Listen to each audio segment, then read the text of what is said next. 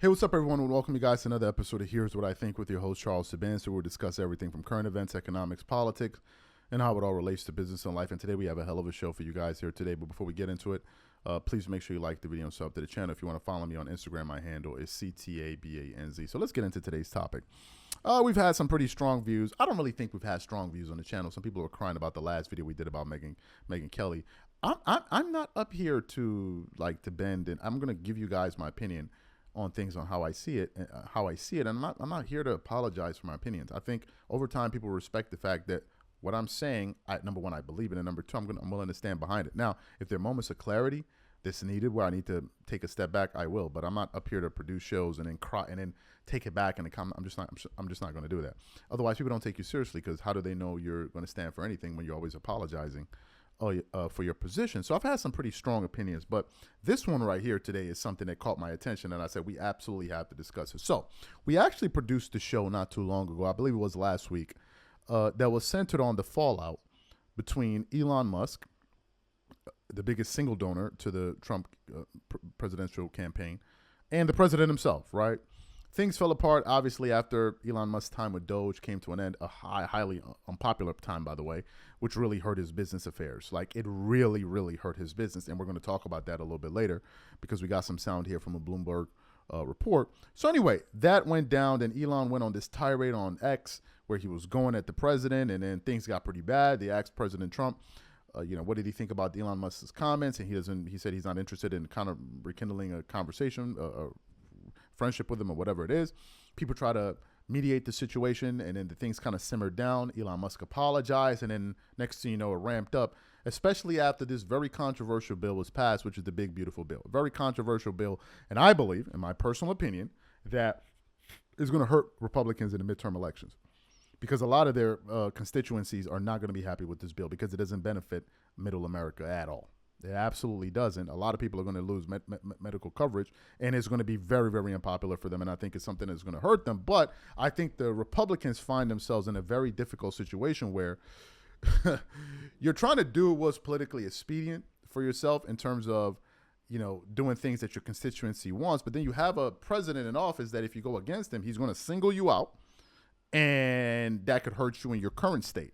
So I think Republicans, they kind of voted for that bill with their eyes closed. Obviously, J.D. Vance, Vice President J.D. Vance was the one that it was the final straw that broke the camel's back, and the bill ultimately got pushed through. But that's really what ramped things up between Trump and Elon Musk. So Elon then announces, that he's going to start a third political party, the American Party.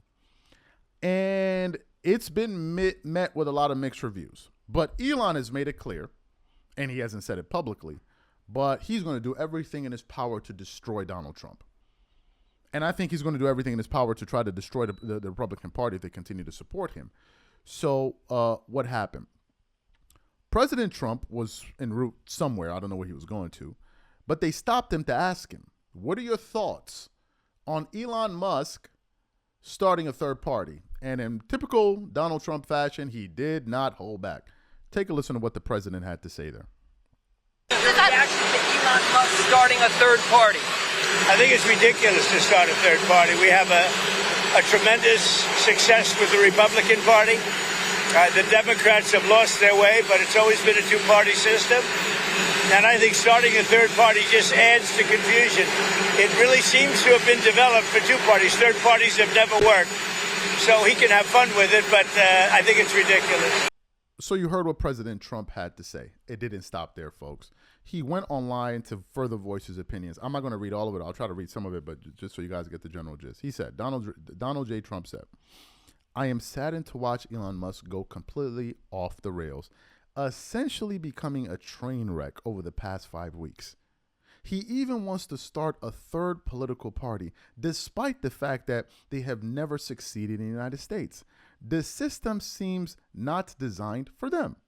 The one thing third parties are good for is the creation of complete and total disruption and chaos.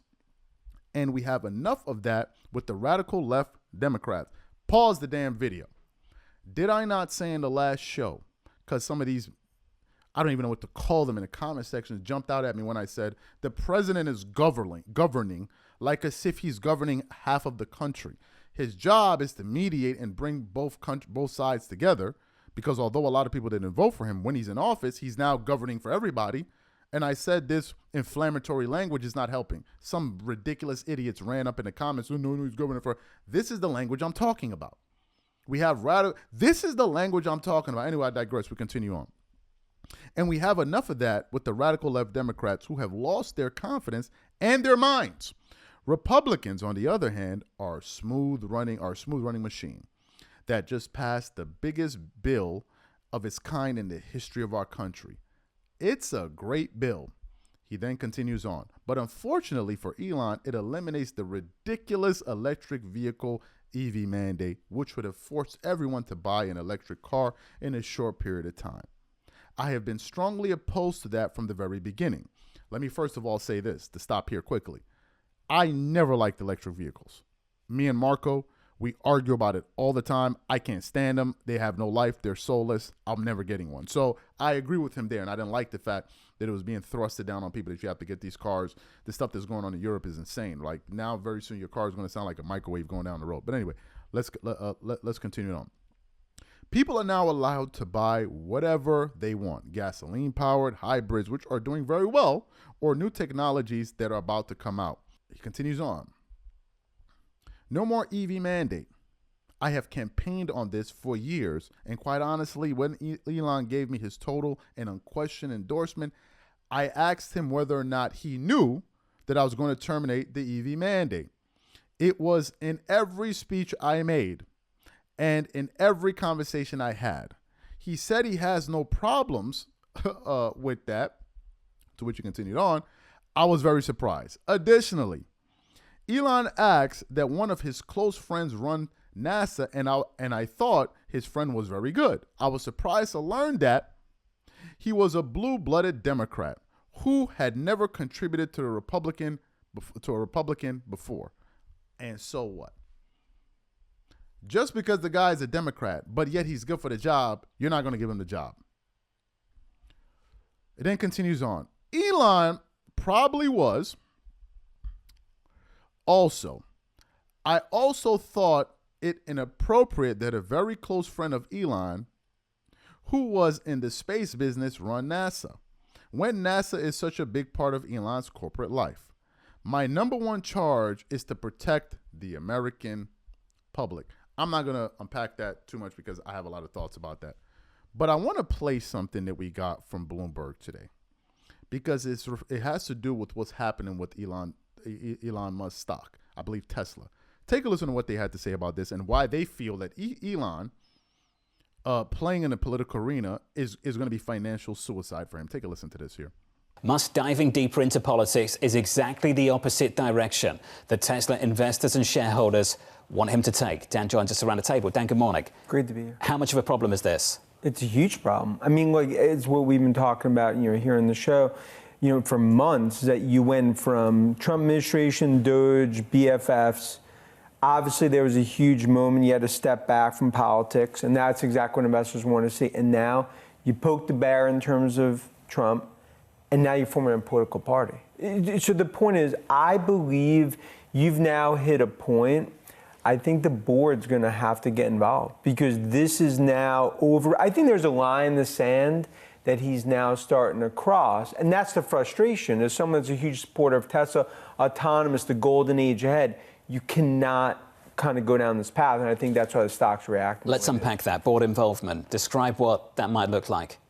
Look, I wouldn't say it's necessarily an ultimatum, but, you cannot keep going down this path where, to start a political party ahead of the midterms, I mean, the amount of work, time, and also you alienate potentially, whether it's Republican Party, whether it's Trump. So now Trump goes from obviously a huge supporter to, is that sort of an enemy or blockade? And I think that's why the stock's reacting the way it is, because the last thing you want to see at this point, autonomous, regulatory, that now Musk goes from front seat in the White House to ultimately you become more of a foe. When you say ultimatum, you mean the board saying to him, if you continue this behavior, you can no longer be CEO. Look, I think the board's it's a tricky path, right, for the board. And this is not a board that necessarily has had such a huge backbone when it comes to Musk. But I do think, look, investors, there's exhaustion. Do you want to see a new CEO? Look, I want Musk to stay CEO as Tesla because in my view, Musk is Tesla, Tesla is Musk, the biggest asset of Tesla. But this political journey that he continues to go through, I think it just comes down to investors have hit a point where they want him focused on Tesla and AI. And every time that happens, he just continues to go further and further into the political theater. So you heard what they had to say. I think it's important to say that Elon Musk's net worth has taken a major hit since he decided to join politics, which was one of the reasons I said in the previous show that we did. He made a huge mistake jumping into the political arena. He made a huge mistake. What are my thoughts about all of this? First of all, let's talk about the third party movement. Elon, I believe, is doing this to be spiteful. I think he's doing this to fracture the Republican Party and steal away votes from the Republicans for the next upcoming elections. I believe this is more to hurt the Republicans than help the Democrats, which inadvertently may help the Democrats if they're able to regroup and get ready for the next general election, which is a very long time from now, although we have the midterms coming up pretty soon. So I believe that's the first part. Do I feel like his party would win and a candidate from his party will emerge? No, I don't think so.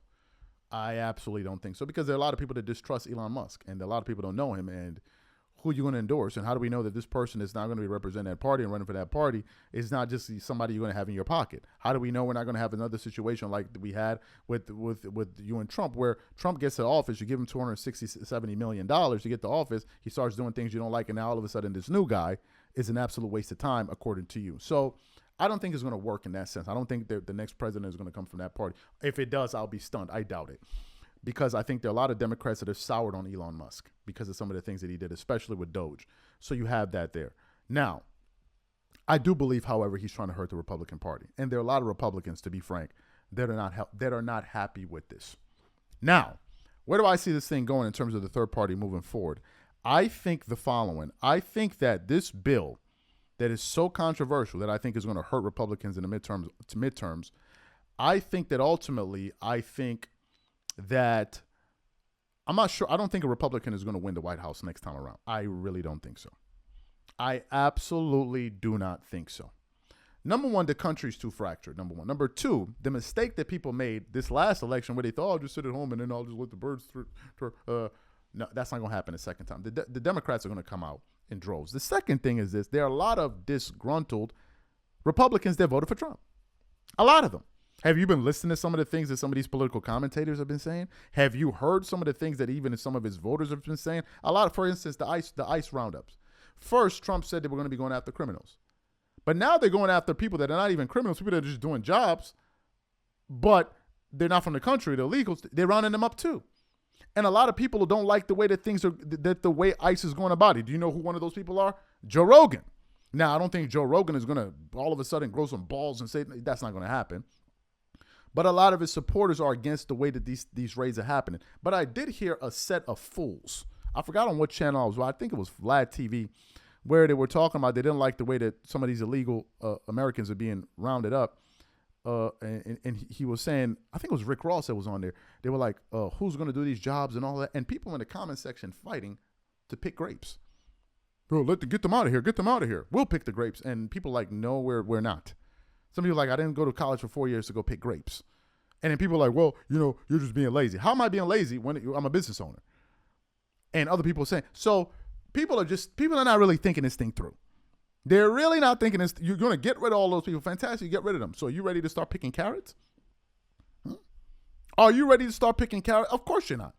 What American is going to sit there and work for $5 an hour or whatever it is, or $3? Are you going to do the job? Of course not. People don't realize the reverberating effect this thing is going to have. Because if you get rid of all of these people that are doing these jobs, these low-wage jobs, but they send this money home to their families, which help them, and ultimately benefit you, the consumer, because these products remain at a low cost, you guys decide, okay, no, let's get rid of all of it. We're going to do jobs. And by we, I'm not doing it. I'm not picking no damn tomatoes. I'm not doing it. I saw more for my life than picking tomatoes. I'm sorry. So we're going to do that. Now, how much are you willing to work for, by the way? What's the average cost of rent?